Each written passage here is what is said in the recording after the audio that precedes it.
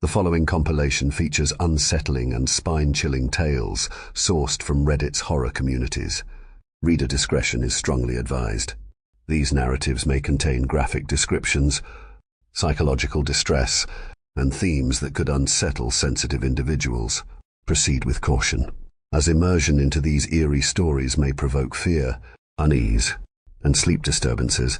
Enter this realm of Reddit's creepy horror stories at your own risk, as the line between reality and the macabre may blur within these chilling narratives.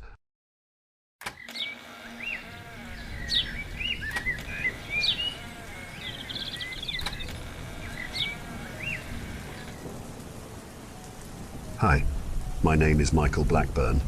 I'm 25 years old, and I don't trust vegans. It's not because of the reasons you might think. I don't trust vegans not because of their obnoxious, overbearing, pick-me personalities, although those that specifically turn being vegan into their only attribute and try to force everyone around them into veganism are especially annoying. No, I don't trust vegans because my ex was a vegan, and Neil, well, he was an asshole. He didn't start out that way, though. I suppose nobody really does. Neil was more like my knight in shining armor in the beginning. He rescued me, literally and figuratively. Neil and I met when I was going through a tough time. I'd just broken up with my ex, Stephen. Things weren't the best at work. I worked for a really competitive marketing agency, and with all that going on, my rent doubled, and the lease on my apartment was about to end. I needed to find somewhere more affordable to live, which in Denver was nigh impossible. I convinced myself a hike was just the thing I needed to clear my head. The Colorado Trail is where I found myself the day I met Neil. I'd gone on a few hikes before, all shorter trails than the Colorado Trail, of course, but never so far and by myself. Since I went alone and was a relative beginner, hiking the entire trail was a no-go. The entirety of the Colorado Trail takes 4 to 6 weeks to hike. Instead, that hike was going to be from the Waterton Canyon Trailhead to the South Platte River Trailhead, the first segment of the trail, over the course of a weekend. Day 1. I'd hike the 7 or so hours to the end of the segment and set up camp for the night. Day 2 would be spent hiking back down to the start of the trail and to my car. Overall, I'd be hiking about 32 miles there and back, 16 miles each day. My end goal was to be too exhausted to even think about the breakup and the numerous other problems in my life. The first day went fine, if not a little long. The skies had been clear. The breeze was nice, and the terrain wasn't too bad. It got a little tough at times, be it the steep and somewhat slick pathway or the quickly thinning air as I gained altitude. I had gone in the spring too, so that meant I was bug and mosquito food. But at the end of the day, the view was amazing and made all the hardships worth it. I had set off on the trail early in the morning, beginning the hike at about 8 a.m., factor in the estimated time for the first section and a couple half-hour breaks. I ended up reaching my campsite around 4 p.m. That gave me plenty of time to set up my tent and enjoy a nice dinner of roasted hot dogs and a can of baked beans before the sun set. As I wound down and enjoyed my little feast that evening, I noticed a couple of storm clouds rolling in, past the pastel horizon. I thought nothing of it at the time. As the storm didn't look too menacing, I knew my tent could take whatever was thrown at it. In fact, I welcomed a little bit of rain. It had gotten very warm during the hike that day. A light storm was just the thing to cool the air down a bit. As soon as I had gone to bed, I heard little patters of raindrops falling onto the outside of my tent. I had been exhausted, but content and sleep easily overtook me. The sound of rain and light rumbles of thunder in the distance had only aided me to my dreams. At some point that night, the storm passed. What I hadn't realized was the fog that would settle over the mountain range. Imagine my surprise the next morning when I crawled out of my tent and could barely see 5 feet in front of me. The fog itself was so thick, sticky, and utterly overbearing. I tried to wait out the fog for an hour, but it seemed to be stagnant and unwavering, having wasted enough time. I packed up camp and tried my best to hike down the trail. I'd needed to get back before sundown in order to make it to work in time the next morning.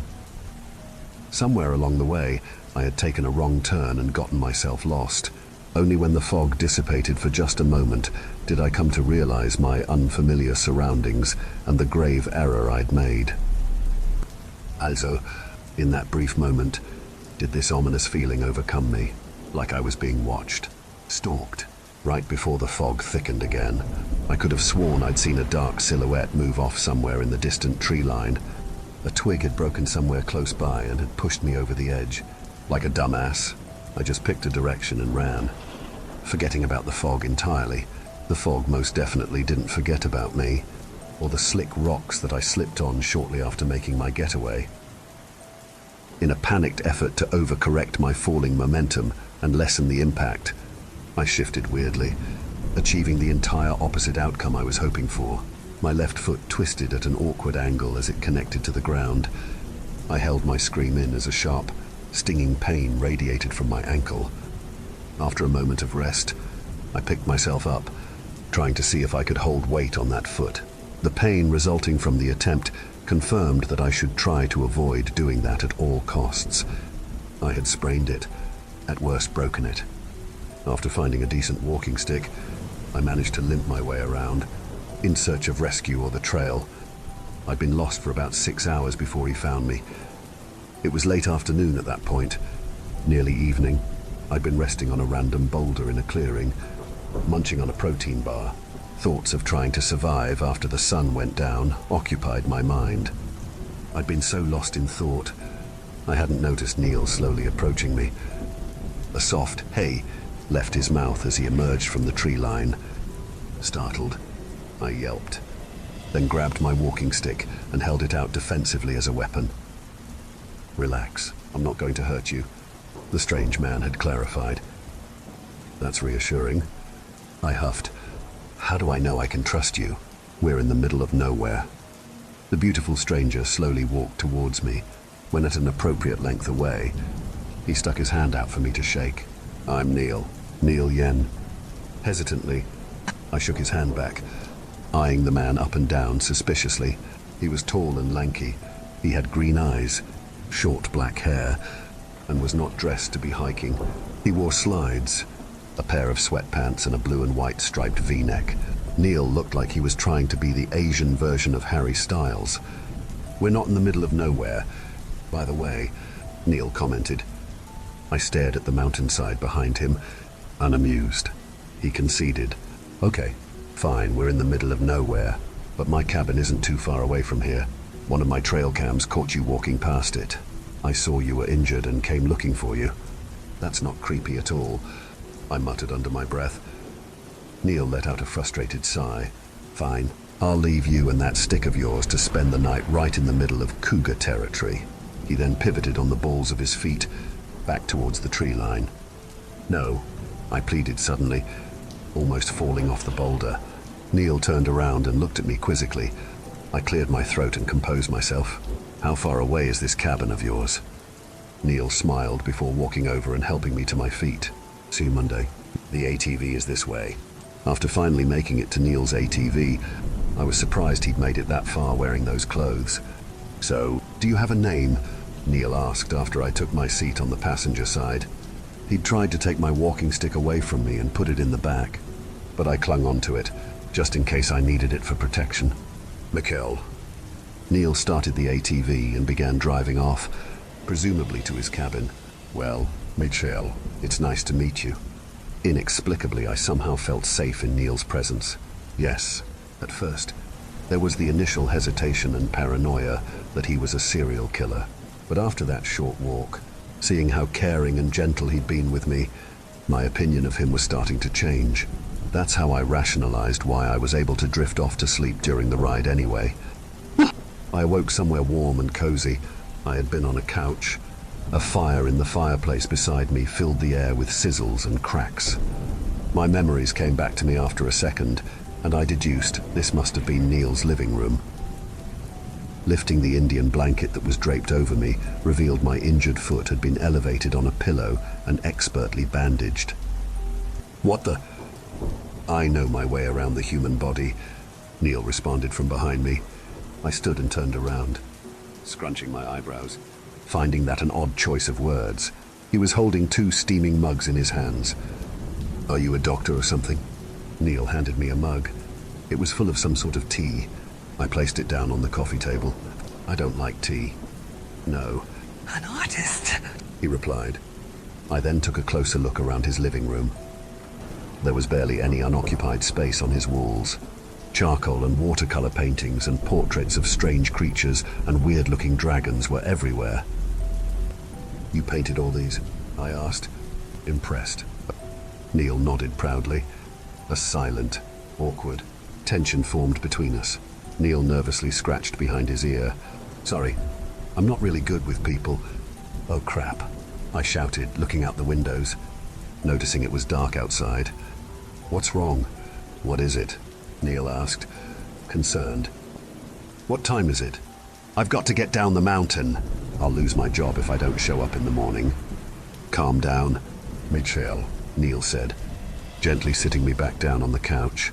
You're in no condition to be going anywhere right now. Do you at least have phone service up here? I need to make some calls and let my work know what's going on. No, I don't, Neil answered. Well, I also need a doctor, and you just told me you weren't one. So, I also told you I know a thing or two about the human body. Why don't you let me take care of your job tomorrow? I also told you I know a thing or two about the human body.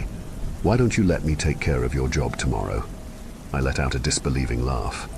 Listen, I'm grateful for the help, really. I truly am. I just don't know you, and I'm certainly not going to let you talk to my job. I'll tell you what. I'll drive us down to where we can get some cell service, and I'll let you make your calls. Then I'll get some medical supplies for your foot and we'll come back. If you think I'm staying cooped up here for an unspecified amount of time, you're crazy. I tried to stand up and get away from this crazy man, but I slipped and almost ended up falling on my ass. Neil reacted in time and caught me. We stared into each other's eyes for a minute before he gently sat me back on the couch. I cleared my throat, waiting for the butterflies in my stomach to disappear. Not an unspecified amount of time, just a few days, only until you can walk on your feet better. Then I'll take you home. Just think about it for the night. Okay? He asked, leaving the room. He didn't hear it, but I'd said softly, okay. A minute later, Neil emerged from his kitchen holding 2 large wooden bowls. In them were giant portions of a delicious-looking salad. Want some food? What are you, a vegetarian? I asked, sarcastically, taking the giant bowl from him. He sat down on the other side of the couch and dug in. There were large pieces of lettuce, kale, and a couple other greens and vegetables I couldn't quite place. Chopped nuts and a sweet oriental sauce were drizzled on top. The tea Neil had served me earlier most definitely would have paired well with the salad. I'm a vegan, he replied. The next day, we drove down the mountain in Neil's blue Jeep. I only managed to call my manager and greet him before Neil ripped the phone out of my hands. He then left me in the Jeep while he talked to my boss. He came back with a giant smile plastered on his face. Neil had somehow convinced my boss to put me on paid medical leave until my ankle was fully healed. And if I got really fidgety during the healing process, I'd be able to work remotely. I don't know what Neil said or what he did, but he lessened the heavy load on my shoulders after doing that. He made it so I could focus on healing instead of working. Neil then drove into town and found a pharmacy. He gave me a pleading look right before he went in. That look said he'd understand if I wasn't there when he got back, but he'd be sad if I left. I don't know what compelled me to stay, but I did. Neil was overjoyed to still find me sitting in the passenger seat of his car. We drove back up the mountain and I showered, with Neil fashioning me a nice splint and rewrapping my foot when I was done. I fell asleep on the couch sometime after. When I woke up later that afternoon, Neil was nowhere in sight. His absence gave me an opportunity to properly explore my surroundings. The first thing I investigated was the kitchen. I stole a granola bar from Neil's pantry as I looked around. He wasn't kidding about being a vegan. The fridge was full of all kinds of fruits and vegetables. His cabinets contained all different types of nuts and grains. No meat or animal products in sight. The kitchen itself was pretty small, but chic. There was a small gas stove, a microwave, sink, and beautifully chiseled granite countertops. The flooring, like it was throughout the entire cabin, was a dark stained hardwood. I left the kitchen and found the adjacent dining room. A small, four-person table occupied the space. Dark wooden chairs accompanied the piece of furniture. More of Neil's artwork hung on the walls. Most of the pieces depicted a weird-looking dragon creature. It had a flat face, shaped like a lion's. Two huge horns sat on its head, and a set of razor-sharp teeth jutted out of its mouth. By the looks of it, it was huge. It could be described as a dragon, mixed with an ox-like appearance. I made my way back to the master bed and bathroom, where I'd showered earlier. Neil kept his room. His house, very tidy. His king-sized bed was made and his blackout curtains drawn, cloaking the room in darkness. The only other pieces of furniture were a set of nightstands and a dresser. A large mirror was perched on top of Neil's dresser. Peculiarly, there had been a cloth hung over its reflective surface. There were no pictures of friends and family or drawings in there. The walls were completely barren, leaving me nothing that told me about the kind of person Neil was. I strolled out of the bedroom and back into the living room. The cabin was one floor and I'd searched it thoroughly, not finding Neil. I figured he was outside somewhere and left through the front door. His porch was small and rickety. A rocking chair and small table beside it were the only things indicating that someone occupied the place. Weeds and overgrown bushes littered the sides of the house. The driveway was dirt. Go figure. Neil lived in the mountains. I followed a small, almost hidden, stone path along the side of the house to the backyard. Phew, this place is a dump, I commented after finding Neil on his back patio at the end of my little stroll around the cabin. Neil had set up an easel and large canvas. He was in the middle of painting another sort of creature using charcoal. The grass in the backyard was overgrown, and weeds pushed through the terracotta tiling, cracking them. Neil's property had so much potential to be exquisitely beautiful. It had been a shame that it was in such a state of disrepair. "It's my dump," Neil said as he continued making strokes on his canvas, brushing the insult off completely. "What are you doing walking around? You should be resting." I shrugged my shoulders, felt like exploring. A quiet moment passed as Neil continued his artwork. "What is that anyway?" I asked as he sketched another weird dragon-looking thing. "There's like a million others hanging up in the cabin." "It's a neon," he explained. "A what now?" I asked, perplexed. It sounded like he'd just spoken gibberish. "Enyen," Neil sounded out slowly and phonetically for me. "It's a creature from Chinese mythology." "Well, you learn something new every day," was all I could think to say. "Why does it seem so familiar?" "The neon is associated with Chinese New Year," Neil answered. "You've probably seen the giant puppet version that people parade around in on TV somewhere. That, and I've got a bunch of paintings of it hanging up inside." I nodded my head. "Ah, makes sense." Another moment passed. "Interesting," I said, thinking back on possible shows and movies I'd seen the creature in. Neil then put the piece of charcoal down, wiping the black dust off the tips of his fingers on his pants. "See you Monday. Let's get you back inside before you catch a fever." Neil tried to grab my arm to take the brunt of my weight, but I stubbornly shrugged him off. He opted to walk by my side as I pathetically limped around instead. As much as I wanted to, I couldn't just depend on Neil to do everything for me. "Hey Neil, would you paint me like one of your French girls?" I asked, sitting back down on the couch. He Saturday next to me, closer than the previous night. "Sure. One day maybe," Neil said with a boisterous laugh, unknowingly beginning to lightly slap my outer thigh. When his laughing fit was over with, his large but gentle hand lingered on that part of my body. Neil had then realized his actions and quickly stood up, awkwardly clearing his throat. A familiar heat burned in my cheeks. I'd been blushing. Suddenly he spoke. "It's getting late. I should go make something for dinner. Can you make that salad again? It was really good," I requested, propping my foot up, making myself comfortable. Neil's smile returned as he politely nodded. He then made his way to the kitchen where I heard him start preparing our meal. As I Saturday there, I found I was starting to like Neil's smile. Over the course of those next couple days, Neil tended to me as my injury healed. We slowly began to trust one another more and began opening up. I learned that his parents had died when he was a relatively young age. He'd gotten into some trouble in his youth and ended up living as a hermit in the mountains because he wasn't good with people. Neil learned that I was originally from Utah, had been disowned by my highly religious family for being attracted to men, and that I was not the experienced hiker I thought I was. He didn't seem to mind my sexuality, which was a plus, and found my hiking prowess joke to be quite funny.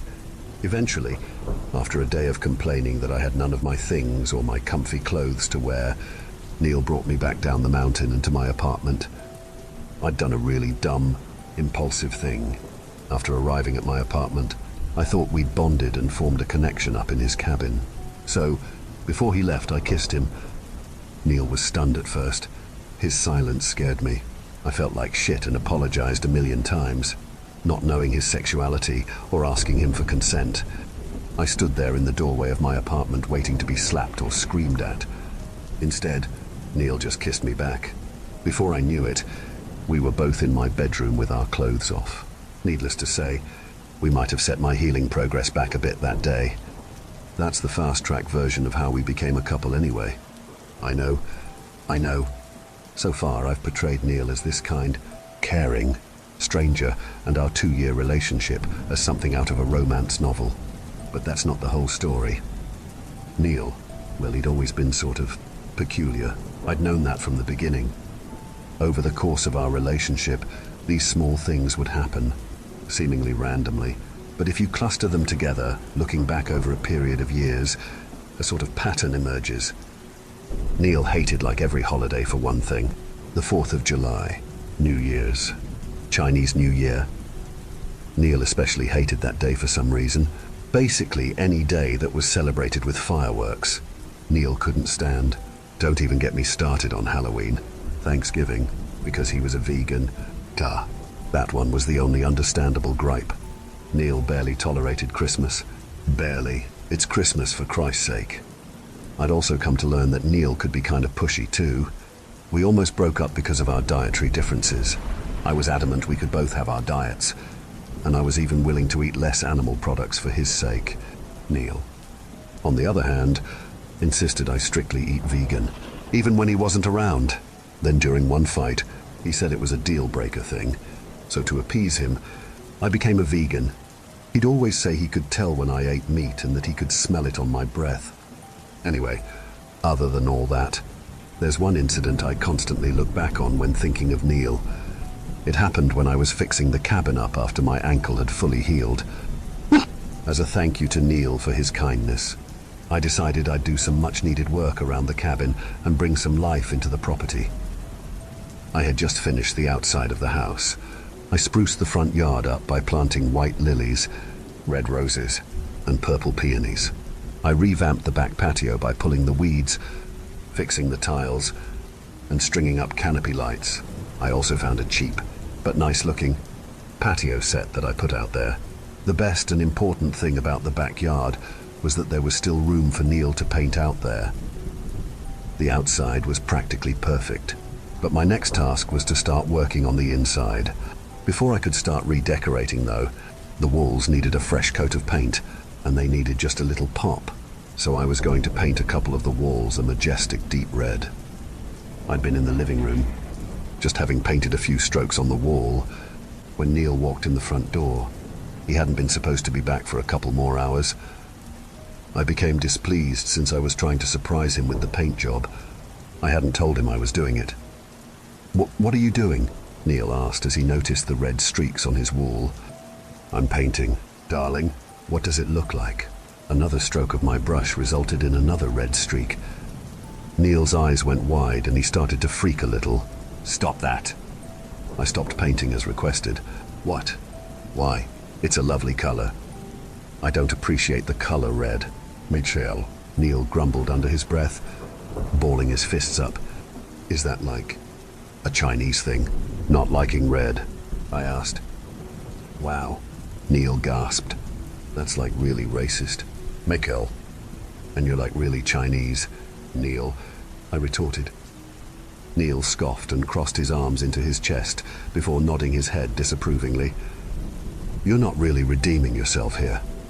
"Oh, really?" I said, mischievously raising an eyebrow. I set my paintbrush down and stalked behind him, beginning to seductively rub his shoulders. I whispered into his ear, "How can I redeem myself?"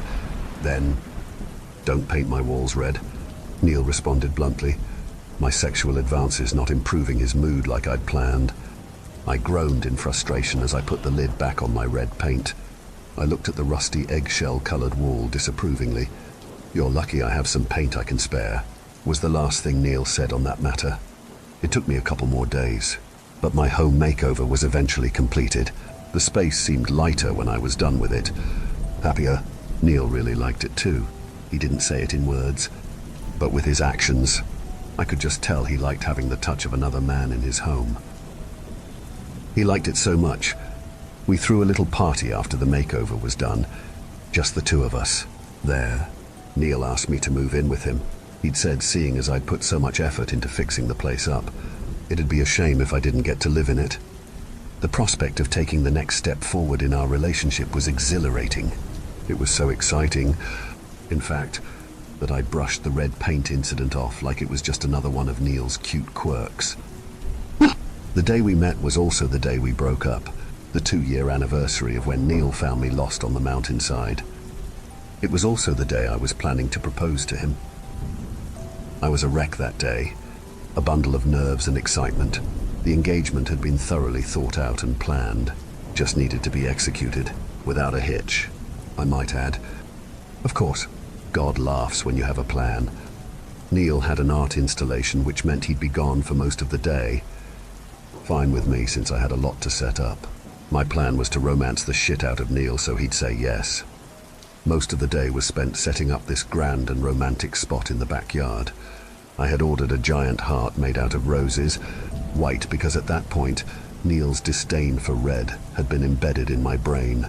There was the path of flower petals from the back door to the heart, a bajillion tiny candles, and these adorable little paper lanterns that fastened over the string lights above the patio. The whole 9 yards.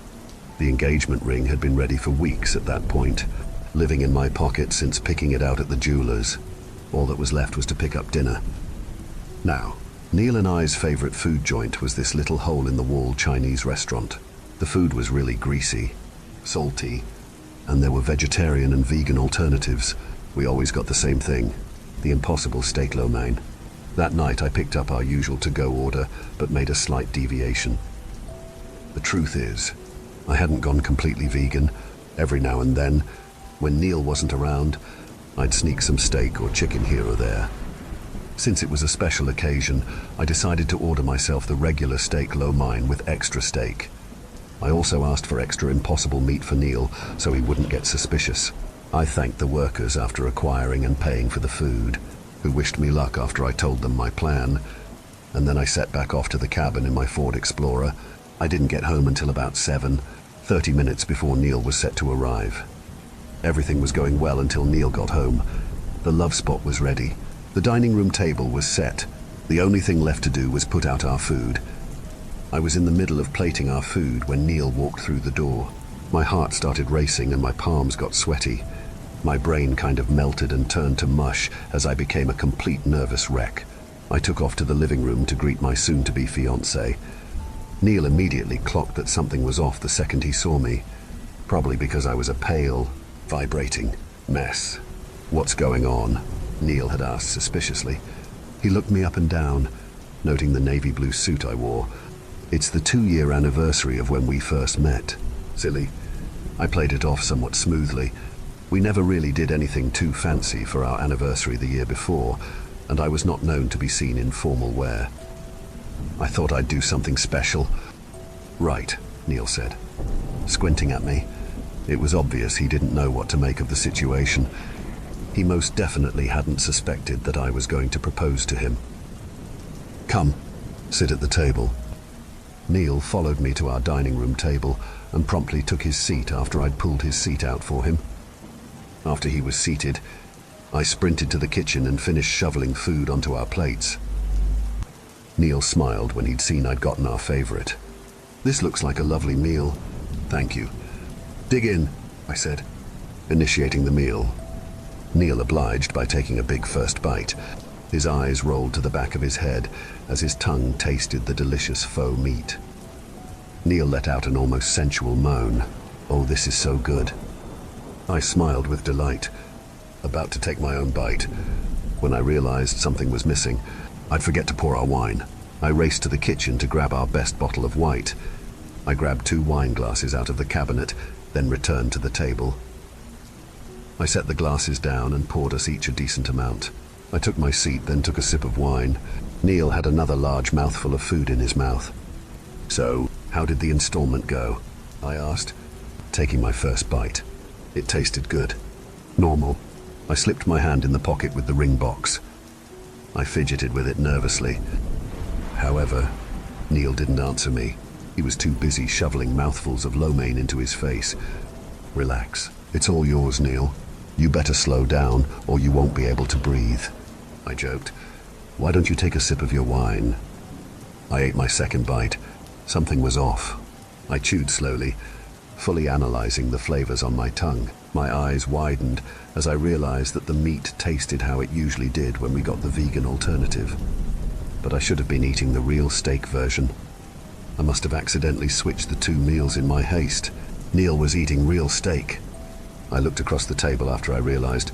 I wanted to tell him my mistake, but something was off about Neil. I could tell something in him had changed. He started acting weird. He was slurping his food down like he hadn't eaten in ages. He had forgone utensils altogether, shoveling meat and noodles into his mouth with his bare hands. He was making a mess. All the while he was making these weird noises. He was moaning and groaning with ecstasy, sounding relieved. About what? I had no clue. Neil? He finished his plate at that point, throwing it behind him when finished. The plate shattered to bits as it crashed on the floor behind him. Neil then looked across the table to see my full plate. More. He growled like an animal as he grabbed my food. He brought his face down to the plate and began eating as if he were a pig eating out of a trough. I stared in shock and awe as Neil continued to behave erratically. I'd never seen him act like that before. It was pretty unsettling. When he was done my portion of food, Neil looked around as if he was in search of thirds. He didn't find any more steak lo mein, but he did find me. As Neil looked into my eyes, I could see this primal hunger in them. He took a menacing step closer to me. Neil, cut it out. You're scaring me! Meat, he mumbled under his breath, leaping towards me. I shrieked and moved out of the way. Neil quickly regained his balance and stared at me. His eyes, they were black and beady. Sensing he was going to try to attack me again, I darted for safety in the kitchen. Neil chased after me.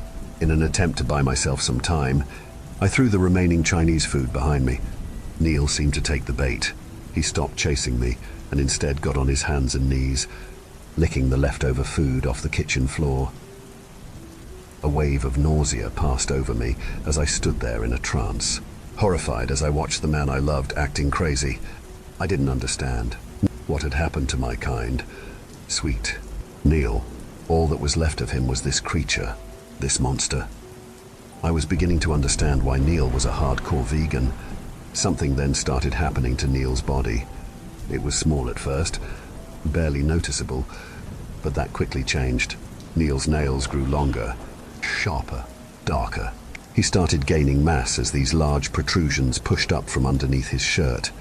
Shiny patches of scales started growing on Neil's skin. I booked it out of the kitchen, through the living room, and out the front door.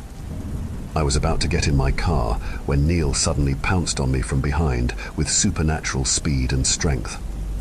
Using his sharpened nail, he cut the back of my knee, causing me to fall to the ground. Neil then dragged me back into the cabin, all with a sadistic smile on his face as he licked his lips in anticipation. His face had become semi-human. The other half looked distorted, like something out of his paintings. I screamed and yelled for help, a fruitless effort since we lived in the middle of a mountain. I kicked, wiggled, and grabbed onto anything I could. Please, I cried. Why are you doing this to me? I thought you loved me. I never loved you, Neil hissed. a seething hatred burning in his eyes. I stopped squirming as my heart fell into my stomach. What? More of the Neil I knew kept slipping away by the second. Don't you get it? Neil leaned down, dragging a sharp claw against the skin on my cheek, drawing thick rivulets of blood. He licked my blood off of his nail, savoring the metallic taste. We were never partners. You were just my pet. Neil, stop. This isn't you, I had said, trying to free myself from his increasingly tight grasp. If he kept going, he'd break a bone. Yes, it is. It's who I've always been. Neil brought his disfigured face to my ear and eerily whispered, I was stalking you on the mountain that day. No, I'd gasped. Yes, Neil confirmed. I wanted to eat you so badly. I needed to eat you. Then, I took pity on you and decided to keep you around. My little pet. Hot tears stung my eyes. I needed to get out of there. Neil then licked my ear before biting down hard on it with his fangs. In a panicked daze, I shoulder-checked him and got to my feet as fast as I could. What was left of my ear burned like hell. I coupled my hand over the bleeding appendage and made a dash for the backyard. Neil chased after me, my blood and flesh dripping down his chin.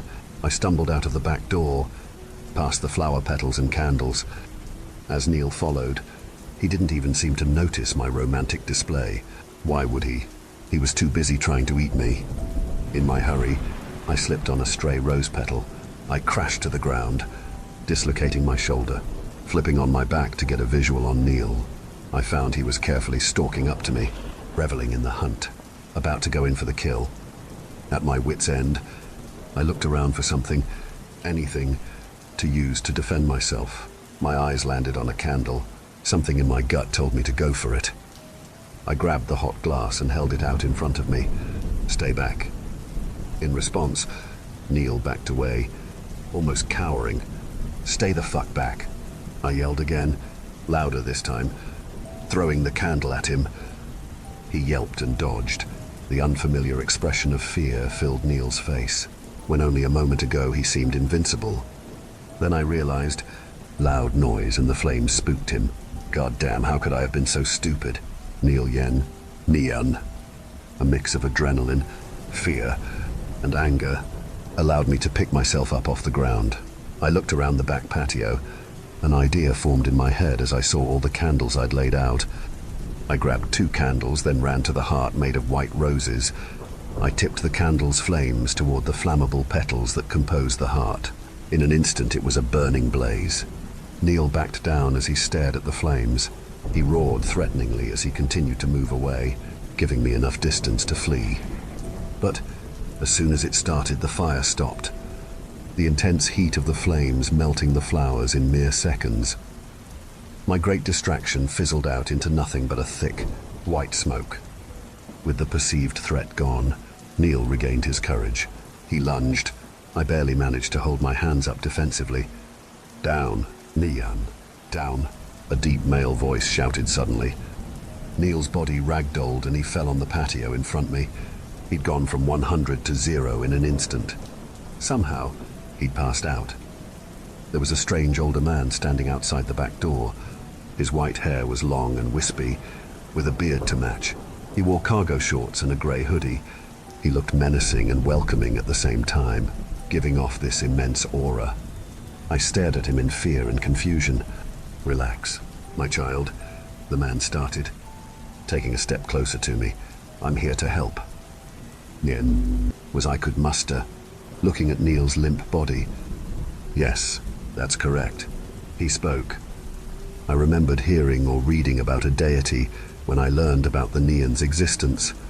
This deity was the one who taught the townsfolk how to scare away the creature when it came down the mountain to feed every year. That's why Chinese New Year is filled with red, fireworks, masks, and everything that scared the giant creature away. Could this be him? As if he read my mind, the man spoke. Yes, I gaped in awe. First I was about to propose to the Nian, and then I was in the presence of an actual god. You see, long ago, after I helped those townspeople, the Nian came to me. He was miserable, alone and starving up on that mountaintop. He begged me to make him human so he wouldn't be alone. the deity explained. I granted his wishes, on the condition that he gave up eating meat forever. If he faltered and gave in to his primal desires, he'd instantly transform back into his original form, banned from seeing the humans ever again. My broken form stood there shocked at what I was hearing. Well, I best be off then. I'll be taking the Neon with me. It's my fault. I stuttered out. Stopping the god from his departure. It was an accident. I switched our meals. The deity looked at Neil, then back to me. Is that so? Yes. Don't punish him. Please. It wasn't his fault. He attacked and tried to kill you, yet you still defend him. He noted. Why? Because I love him, I answered truthfully. The godly man took a second to mull everything over. Very well then. I'll give him another chance.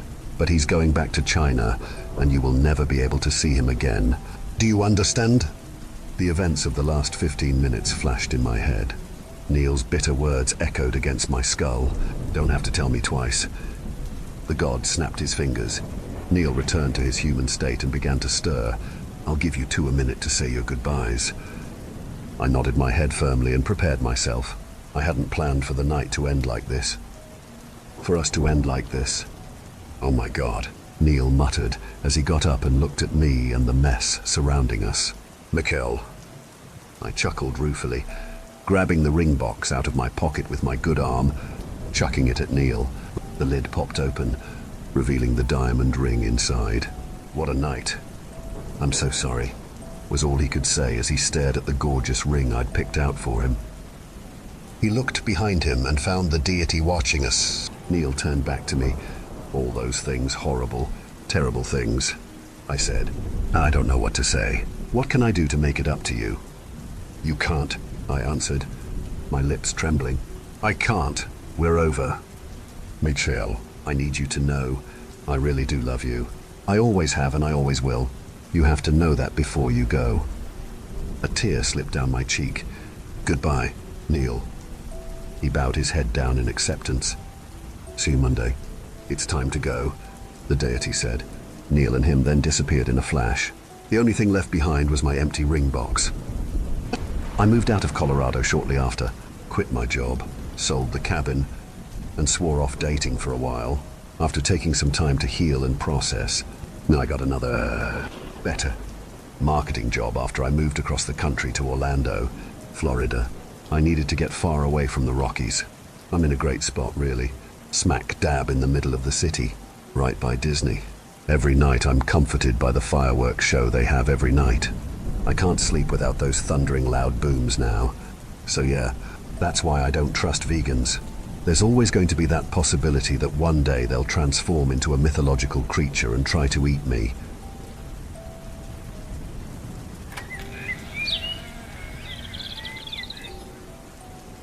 It's crazy what some people will put up with for a little bit of money. Desperate times, I suppose. Well, I am one of those desperate people. Desperation to get my daughter a life-saving medical treatment is what drove me to where I am now. That same desperation has led to daily fear of what might happen next to Danny and I, now that it's over. I had no choice. I needed money right away. I couldn't qualify for a loan, and the damn insurance company said the treatment was not authorized under our policy. My work was barely paying over minimum wage, and I still needed almost $5,000. The only way this would work is if I got another job working graveyard somewhere else, at least until I could save enough to get her the treatment. Danny was all I had left. I already lost her mother a year ago in that car crash. I couldn't lose her too. I looked high and low. I combed the classifieds and drove around desperately searching for a job that could pay what I needed and have an available night shift as well.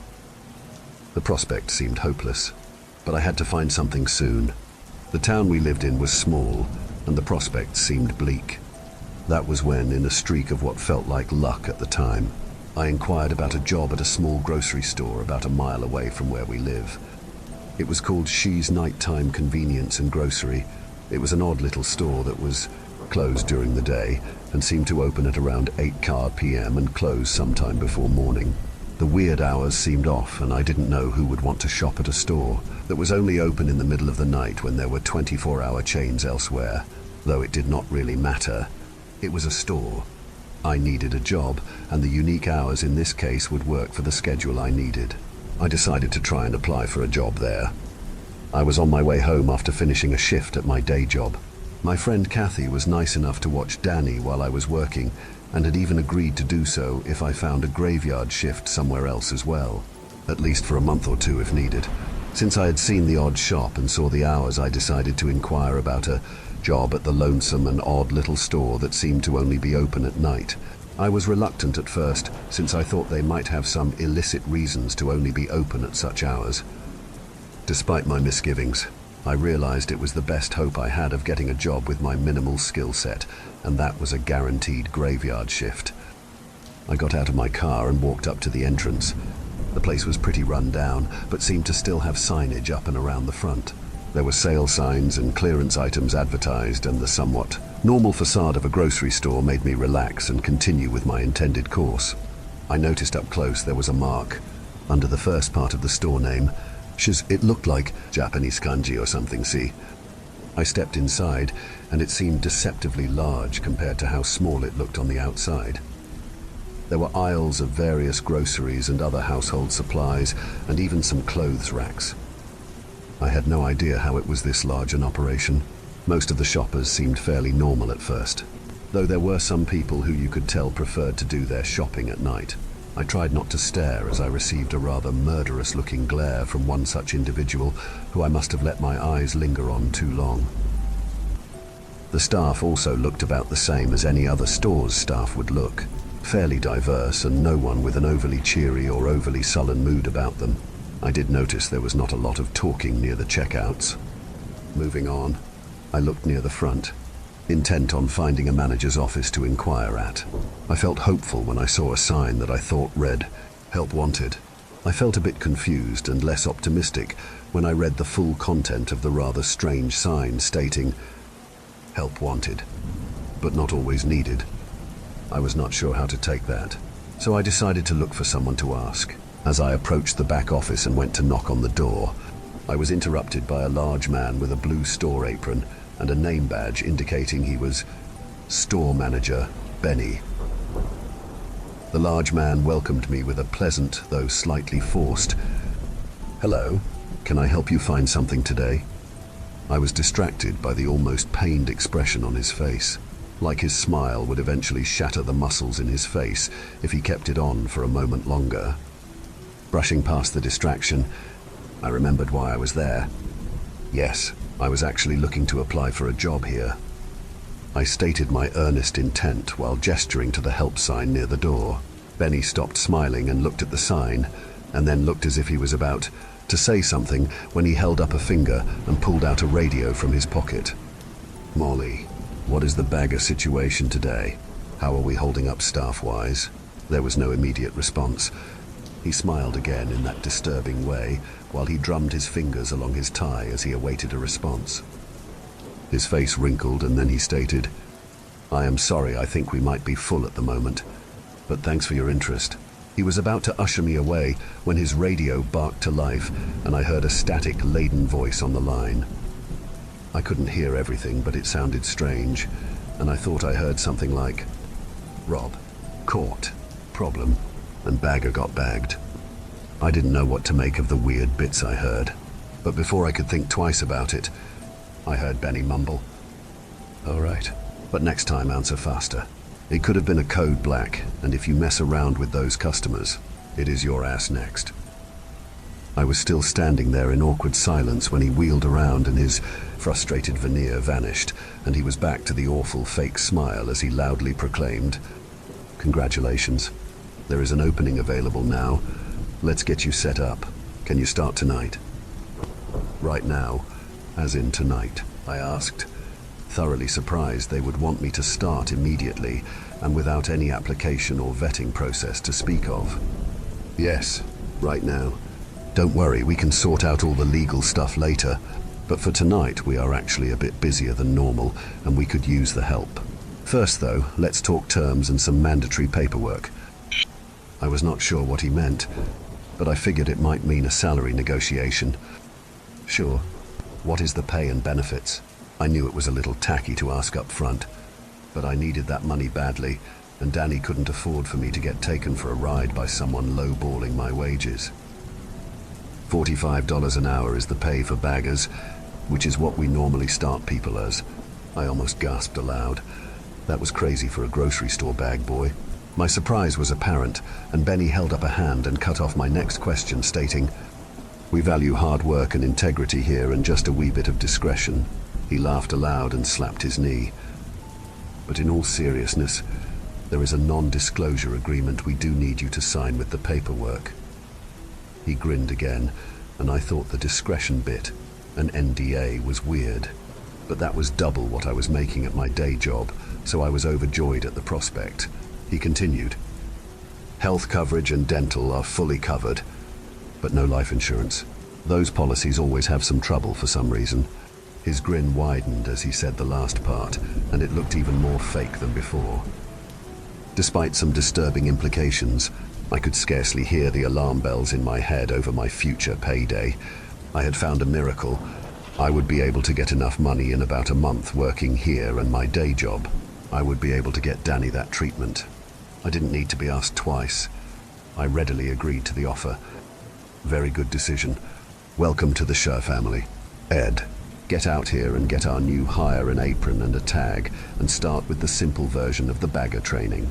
An unpleasant-looking older man emerged from the back room and was holding an apron, and moving with an odd gait that might have indicated some previous injury or the like. I forced a smile and introduced myself, but the man, Ed as I heard his name, did not reciprocate. He looked me up and down and snorted derisively in a way that was hard not to take offense to. I let it go and waited for him to say something, just before opening my mouth to ask when the training started. He cut me off and humorlessly asked, "You know baggin', fella?" "Baggin'? Like bagging groceries?" I tried to clarify. He glared at me and just nodded his head. "Well, yeah. I mean, I have a general idea. I never worked at a grocery store before, but I think I know how things should be bagged, generally speaking." He paused an uncomfortably long time, and I was about to try and speak again when he snorted and gave a rather unpleasant throaty laugh that ended in a dry coughing fit. After he finished, he said, "Not like this, I'm guessing you don't. All right then, come on. I will show you how we do the baggin' and also the other rules. Reckon you better listen close. I ain't for repeating myself." I nodded my head, and we started towards the back room when I heard the radio on, his belt come to life, and a very nervous-sounding voice on the other line say, "Code black. Repeat code black." Ed's face wrinkled in a way that somehow made him look even more annoyed than usual. God damn it all. More of them fellas already. He turned and left, angrily shouting some imperceptible grunts and complaints into the walkie, and left me near the back room dumbstruck and not sure of what to do next. What was a code black? Why was everyone afraid of them? I was about to go look for someone when I felt a hand on my shoulder, and I wheeled around to see a woman. The tag on her shirt read, "Assistant Manager, Molly."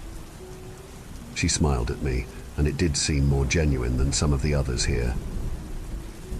"I'm sorry we have not met. You must be the new hire.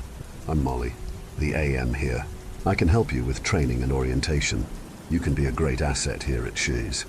She held a hand toward the backroom doors and ushered me toward them.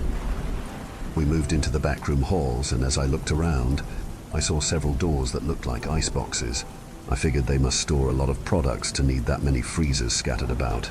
Visible near the freezers' doors were shelves of other inventory. There were rows of boxes and pallets of strange things like chemicals, metalworking gear, various pieces of hardware, and crates that had gun manufacturers' names on them.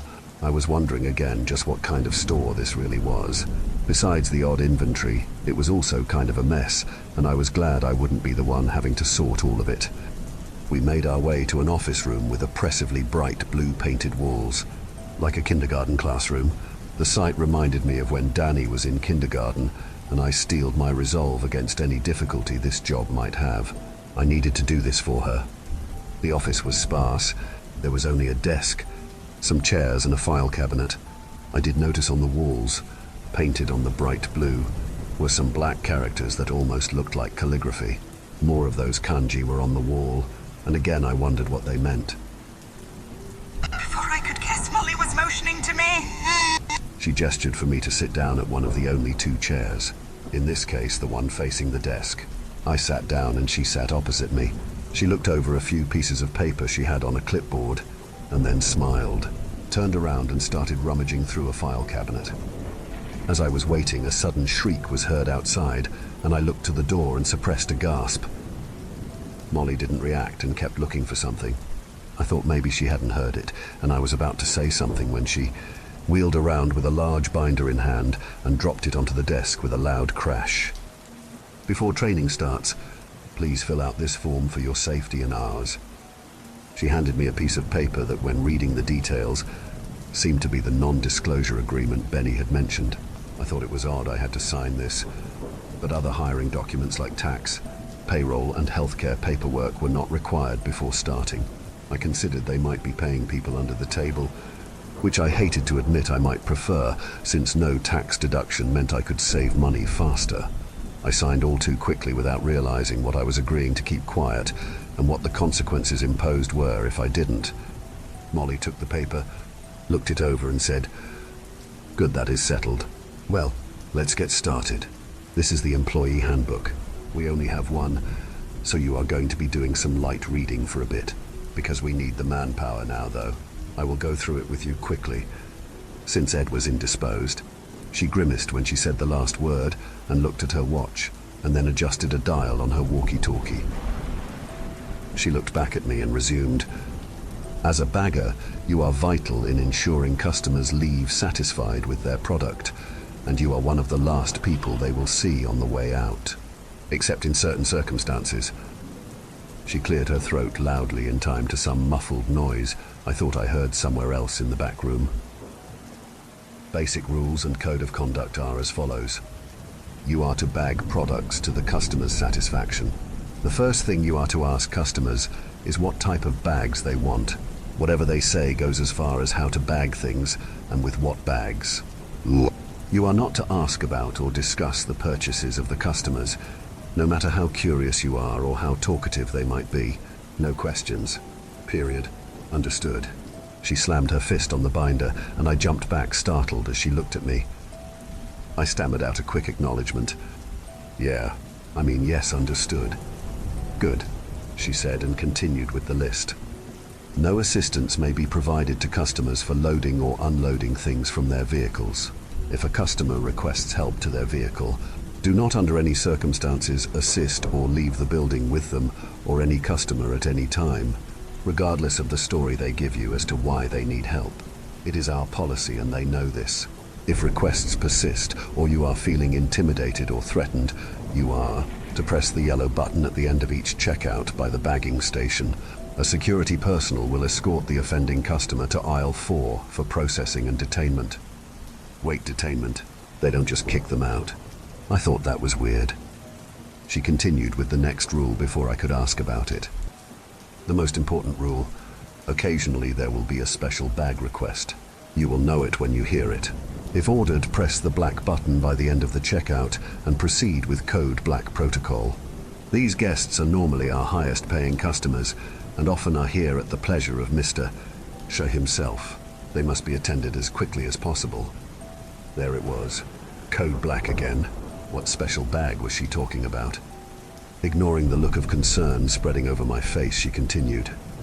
Cell phones, smart watches, or quite literally anything that could be used as a recording device are strictly prohibited while on duty, both for our customers' sake and for our own. Store closes at 4 a.m. exactly. Any customers who remain will be escorted out. Only exception being any customers who are involved in a code black. No access is allowed to the basement and inventory back rooms. Only managers and stock employees allowed. Simple, right? Any questions? She asked, while flashing another smile. Well, I did have a few questions about the... She cut me off mid-sentence, talking over me and saying, "Good. I knew you looked like a fast learner. Come on, let's get you out to the check stands and bagging." She grabbed my shoulder surprisingly hard and pulled me out of the office and back into the store proper. I saw a few customers look at me getting pulled along, and I saw some snickers, and I felt a bit embarrassed. I was led to a checkout with a flickering 3 next to it. The other two were busy with customers waiting in line to be helped by a cashier and bagger a few feet away from where I would be standing. We stopped, and Molly cleared her throat loudly to get the attention of a young man with dirty blonde hair and a rather unimpressed expression on his face. "Hello, Lee. This is our new bagger. Show him the ropes and try to be easy on him. It's his first day. I know it's busy, but we don't need another Rob situation so soon. Have fun, you two." She walked away without another word to the back room, and I was left there with Lee. As I heard his name was staring at me, I tried to break the ice. "Hi, my name is..." "Save it," he responded abruptly. "I don't want to get attached, just in case. I liked Rob, he was my friend, and now it's best not to talk about what happened to him. Just do your job and follow the rules and you should be fine." I didn't know how to respond to the blunt introduction, but I figured he seemed nicer than that Ed guy, so I just walked up to the bagging station and gave him a mock salute and tried to put a smile on my face. It was going to be a long night.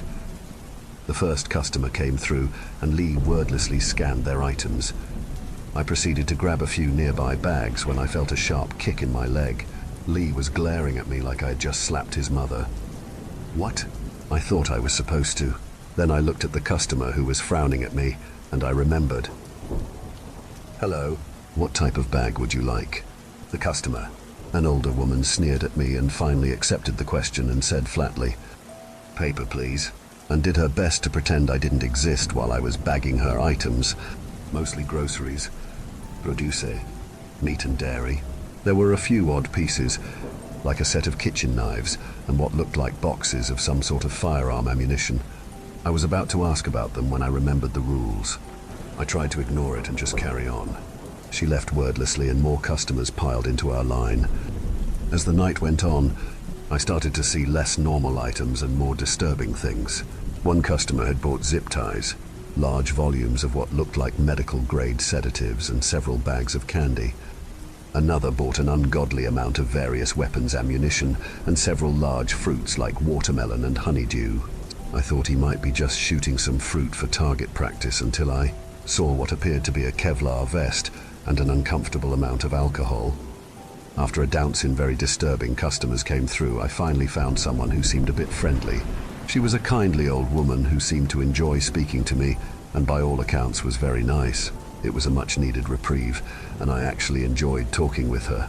Her name was Marge, and she was just buying some baking supplies. Eggs, butter, flour, spices, all pretty normal things. "You simply must try my raspberry tart, it is divine. I will bring some by next time. Or better yet, I think I still have some in my car. Won't you be a doll and help an old woman with her groceries?" I was about to accept when I saw Lee's face go blank, and he just shook his head. I looked back at Marge, and she had a wide grin on her face, and I looked down at the second half of her groceries yet to be bagged.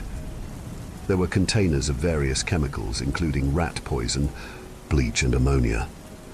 I tried to speak, but I frowncy, and she asked again. "Come on, dearie. My hip is in bad shape after my fall. It will only be a moment, and you can have a treat and a nice tip as well." Her grin shifted in a way that made me very uncomfortable, and I struggled to speak, but finally blurted out, "No thank you, ma'am. Store policy. We are not to escort customers out of the store under any conditions."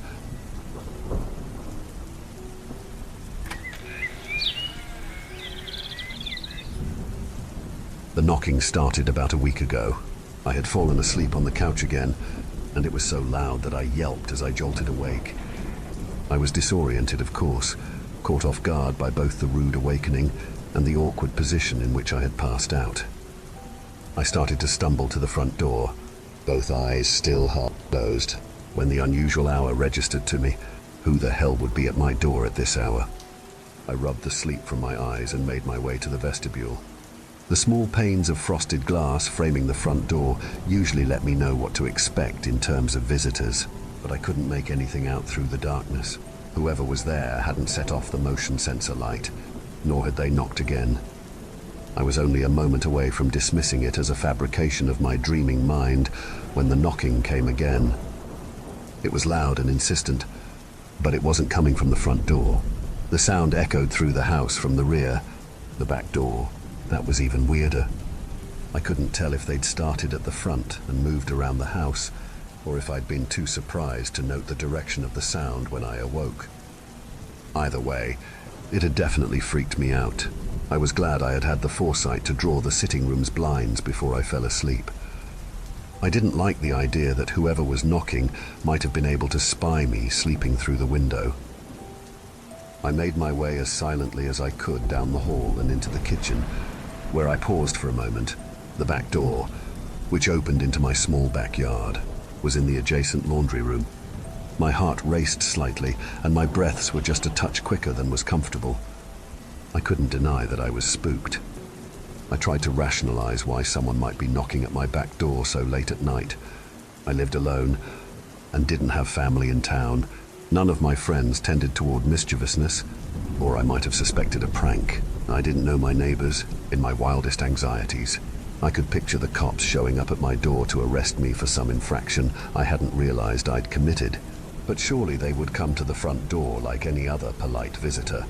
All I could think was that it was some trick, a scam, a way to get me to open the door so I could be held at knife point and robbed. I crept towards the back door, trying to get as good a view as possible without exposing myself to the large window that made up most of the door's upper third. It was no use. Whoever was there, I couldn't see them. Just like in the front, the motion sensor lights hadn't activated. I took another heartbeat or two to muster my courage and then stepped right up to back door. I could see, my eyes having adjusted by now to the darkness, that no one was there. The window revealed only the small, disheveled yard. Though it was in need of some minor groundskeeping, it harbored no uninvited guests. The knocks that came then made me jump nearly out of my skin. I barely avoided pissing myself. They hadn't come from the back door or the front. I could tell now, from where I was standing, that they came from the basement door. It was set into the wall on the far side of the kitchen, just a short distance away from where I stood. Someone was in my basement, knocking on the door. That door doesn't lock, and there was no other way into the basement. Whoever was down there was already in my house. They must have broken in earlier and then waited. It felt like some kind of sick game. My blood froze. All I could hear was the echo of the knocks, reverberating through my skull. I silently thanked God that I had fallen asleep on the couch, still fully clothed. With my phone in my pocket, I wasted no time calling the police. The dispatcher had me make my way back to the front and outside, so I could meet the police as they arrived. The entire time I was on the line, only a handful of minutes, I was terrified that some axe-wielding maniac was going to come bursting through the door and disembowel me. What actually happened was almost worse. The cops found nothing, no signs of forced entry, nobody in the basement, no indication that what I had experienced had happened at all, other than my obvious cowering. The cops were sympathetic, if a little frustrated. They suggested that I had had a bad dream. If it happened again, they said, more condescendingly than I appreciated, I was welcome to call again. It did happen again, the following night. It had been a long day at work and I was tired. My boss had been sympathetic, at least, but it was obvious I was preoccupied and unfocused. She sent me home early that day. I crawled into bed only after I'd checked all the locks, all the possible points of egress into my home, and then checked again to make sure they were secure. I even forced myself to head down into the basement, just to prove to myself that no one was hiding down there. The basement is small, one room, and mostly a featureless one at that. No windows, just a couple of shelves and the half a dozen or so boxes that I still hadn't gotten around to unpacking. I even opened up the boxes, just to make sure the only things inside them were knickknacks and assorted junk. When I was satisfied with my search, I breathed a small sigh of relief. Not a psycho killer to be found. Despite that, I was uneasy still. There wasn't anything I could put my finger on, just a sense that I wasn't welcome. I suppose it's not uncommon to be afraid of basements, but I hadn't ever felt like this before. I used to think it was juvenile. As I said, the knocking returned that night. I woke up much more composed than I had the night before. My phone and a mid-sized knife I had brought up from the kitchen lay in easy reach. Again, I called the police, and again they found nothing. I was left with the distinct impression that they would not welcome a third call. The knocking returned the following night, and the night after. I didn't call the police, and I didn't get out of bed. I just laid there and listened to it. Timed the knocks. The earliest it started was 1:23 a.m., and the latest it ended was 4:11 a.m. Each set of knocks came sporadically, sometimes only 2 minutes between knocks, and sometimes as long as half an hour. If there was any kind of pattern to it, it eluded me. I changed tactics the following night. I needed to know that I wasn't imaging things. I asked a drinking buddy of mine, Connor, if he wouldn't mind staying over at my place just for the one night. I told him what had been happening. I think he thought I was being silly, but he agreed. I had tried to communicate its importance without sounding desperate, or like I was losing my mind, but I doubt I succeeded. He showed up at my place just after sundown. I supplied pizza and beer, my part of the deal in disrupting his schedule. So, what exactly am I here for? Man, he asked as we ate, you think there's someone hiding in your basement? I let out a heavy sigh. I don't know. I keep hearing someone knock and it's freaking me out. Honestly, I just hope it happens again while you're here, so I can prove to myself that I'm not completely insane. He laughed at that. I think you're past the point of insanity. Bud, I smiled, but I was nervous that nothing would happen, that him being there would prove nothing. He slept on the couch that night, at my request. It was closer to the basement door, and I wanted to make sure he could hear the knocks. When they resounded through my home that night, as aggressive and insistent as ever, I leapt from my bed and rushed downstairs, nearly tripping over myself in the process. I was stunned to find Connor sleeping peacefully on couch, blissfully unaware. Wake up, I was nearly shouting as I shook his shoulders. His eyes snapped open and his face twisted with shock. What? Jesus Christ. Man, you scared me. He Saturday up and shook his head a little, evidently trying to recover from the heart attack I'd almost given him. Did you hear it? I could tell from the look on his face that he hadn't. I felt wild, coursing with adrenaline. It's fine. It always happens more than once. Connor was not happy about it, but we sat there on the couch, in near total silence, for 1 hour, and then another. His patience dwindled. Listen, he said, you know I work at 8 a.m. I can't stay up all night. I'm sorry, but I didn't hear anything. His voice was calm, but the effort involved in maintaining it that way was palpable. I left him, both of us frustrated, and returned to my bed. The knocks continued a short time later. He didn't mention them before he left in the morning. I was desperate. I felt hounded in my own home, like a rabbit cowering in its burrow as a wolf stalks outside. Except my wolf was inside my burrow. I could sense its presence in the air, dripping eager saliva, waiting for the perfect moment to strike. I had to face it, to put a stop to it. I didn't know what else to do. The knocking and the attendant anxiety kept me up at night and ruined my days. I felt like a crazy person, fraught and irrational. I could stay in a hotel for a few nights or maybe couch surf for a while, but my savings would only last so long, and both of those solutions could only ever be temporary.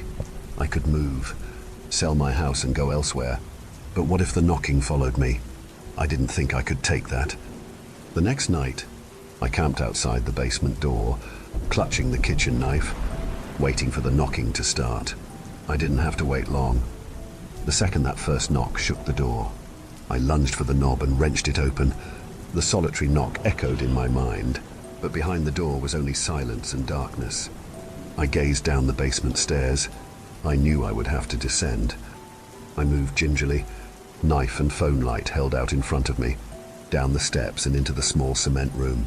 "Who are you?" I yelled, swinging the knife and the light around wildly, desperately trying to pin down my harasser. "Leave me alone!" The basement's grey walls seemed to drink in the sound of my shouting and gave nothing return. I stayed down there for what must have been an hour, heart pounding and blood rushing, slashing at shadows. Eventually, exhausted and as terrified as ever, I had to admit that there was nothing here. I'm losing my goddamn mind. I had taken one step up the stairs when my blood turned to ice. The basement door was closed. I was sure I had left it open when I came down. To mitigate the sense of claustrophobia, I ascended on tiptoe, forcing myself to take steady breaths. The knob didn't budge. The door wouldn't open. I couldn't understand why. There was no lock on this door, no latch, no other means of barring it shut. I hoped even, for a moment, that perhaps something heavy had been placed in front of it, but I could see well enough through the door's undercut into the kitchen. I've tried to shoulder the door down. I've stabbed at it with the knife, tried to bash off the knob. Nothing has worked, not even a scratch on the white wood. I've tried the police again. My call wouldn't go through. I've tried texting Connor, my boss, anyone who might be able to help me, but they've all gone undelivered. It's been hours. All I can do now is pound on the basement door, scream for help, and hope somebody comes to let me out. I've written this as a last-ditch effort. I'm going to try and post it anywhere I can. My internet is barely functioning, not well enough for the messaging apps. My phone is at 6%. I don't have any food or water. If you can read this, please, let me out. Thank you for venturing into the darkness with us. If you dare to explore further, be sure to subscribe to our channel for more spine-tingling tales of horror and the supernatural. Remember, the shadows hold endless mysteries, waiting to be unveiled. Stay tuned for more bone-chilling stories as we continue to traverse the eerie depths of the unknown together. Until next time, may your dreams be free from the haunting echoes of our tales. Or perhaps not.